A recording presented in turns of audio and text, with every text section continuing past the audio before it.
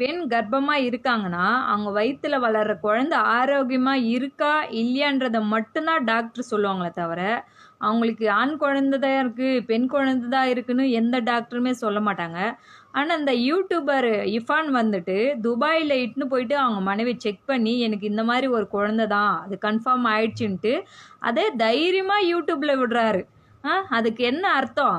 இந்த இஃபான் மேலே இப்போ மட்டும் கேஸ் கிடையாதுங்க, இதுக்கு முன்னாடி நிறைய கேஸ் இருக்குது. ஒருத்தவங்களை கார் ஏற்றி கொன்ன ஒரு விஷயமும் இருக்குது. அதுக்கான ஒரு நடவடிக்கையும் இன்ன வரைக்கும் நம்ம அரசாங்கம் எடுக்க கிடையாது. இப்போ பார்த்தீங்கன்னா வயிற்றில் என்ன குழந்தை இருக்குன்னு போய் துபாயில் போய் செக் பண்ணிட்டு வந்து தைரியமாக வீடியோ போடுறாருன்னா அவர் என்ன நினச்சிட்டு இருக்காரு, இல்லை பொதுமக்களை எங்களை என்ன நினச்சிட்டு இருக்காரு, கவர்மெண்ட்டை அவர் என்ன நினச்சிட்டு இருக்காருன்னு தெரியல. ஏன்னா எதெல்லாம் செய்யக்கூடாதோ அதெல்லாம் செஞ்சுட்டு தைரியமாக வீடியோ போடுறாரு. அவர் ஒரு குற்றவாளியை பார்க்காம அவர் ஒரு யூடியூபர், அவர் ஒரு செலிப்ரிட்டி அப்படின்னு மக்கள் நீங்கள் தலையில் வச்சு கொண்டாடுறீங்க.